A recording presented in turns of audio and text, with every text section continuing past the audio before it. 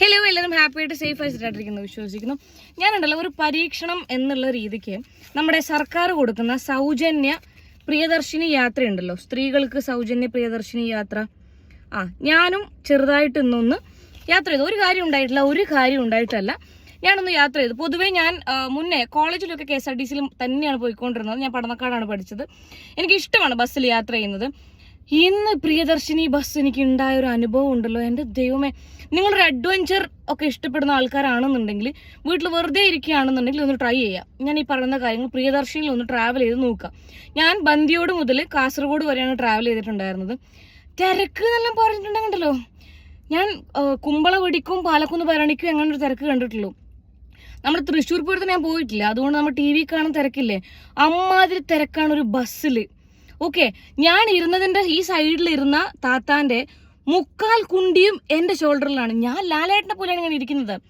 അതിൻ്റെ തൊട്ട് ഫ്രണ്ടിലുള്ള താത്താൻ്റെ ഫുൾ കുണ്ടിയും എൻ്റെ തൊടയിലാണ്. ഇത് ഞാൻ തൊട ഇങ്ങനെ ഇടയ്ക്ക് അനക്കുമ്പോൾ പോലും അവർ മൈൻഡ് ചെയ്യുന്നില്ല. കാരണം മൈൻഡ് ചെയ്താൽ ഞാൻ എണീക്കേണ്ടി വരുമല്ലോ, എൻ്റെ തൊടയിൽ എണീക്കേണ്ടി വരുമല്ലോ.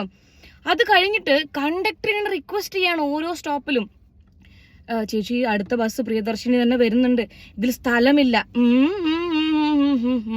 മാറി നിൽക്കട മുണ്ടക്കൽ ശേഖര എന്ന് പറഞ്ഞുകൊണ്ടാണ് സ്ത്രീകൾ തടിച്ചു കയറുന്നത്.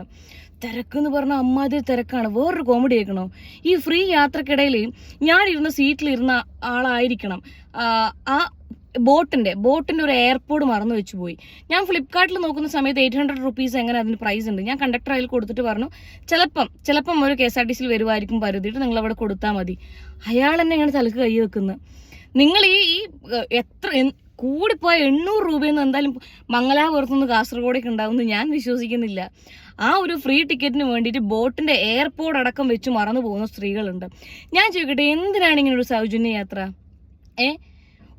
ഗർഭിണികൾക്കാവട്ടെ, ഭിന്നശേഷിക്കാർക്കാവട്ടെ, അന്ധർക്കാവട്ടെ, ആർക്കും ഇങ്ങനെയുള്ള തിരക്കിലൊന്നും കയറാൻ പറ്റില്ല.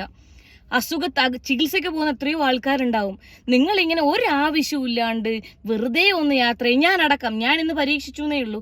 വെറുതെ ഇങ്ങനെ യാത്ര ചെയ്യുമ്പോൾ ഒന്ന് പ്രൈവറ്റ് ബസ്സുകാർ അത് ബാധിച്ചിട്ടുണ്ടാവും. രണ്ടാമത്തെ കാര്യം, ഈ സർക്കാരിനോടാണ് ഞാൻ പറയുന്നത്, നിങ്ങൾ ഇങ്ങനെയുള്ള സൗജന്യ യാത്രകളും കാര്യങ്ങളും അതൊക്കെ പ്ലാൻ ചെയ്യുന്നുണ്ടെങ്കിൽ അർഹതപ്പെട്ട എത്രയോ ആൾക്കാരുണ്ട്.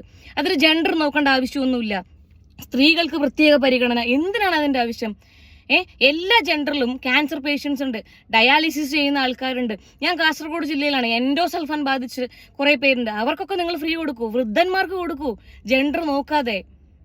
എന്താണിത്? ഗർഭിണികൾക്ക് കൊടുക്കൂ, അർഹതപ്പെട്ടവർക്ക് നിങ്ങൾ സൗജന്യ യാത്ര കൊടുത്താലും തെറ്റില്ല. ഇത് എൻ്റെ ഭഗവാനെ, ഇടയ്ക്ക് ഇറങ്ങാനും പറ്റില്ല.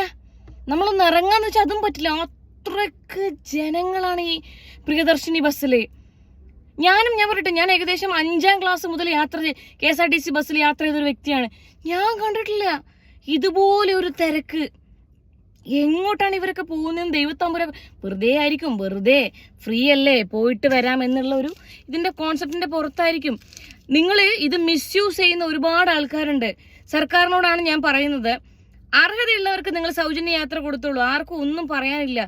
ഇതൊക്കെ ഇനി 1000 ആനയും അതിന്റെ തോട്ടിയും തരാന്ന് പറഞ്ഞാലും ഞാനില്ല പ്രിയദർശിനിക്ക്.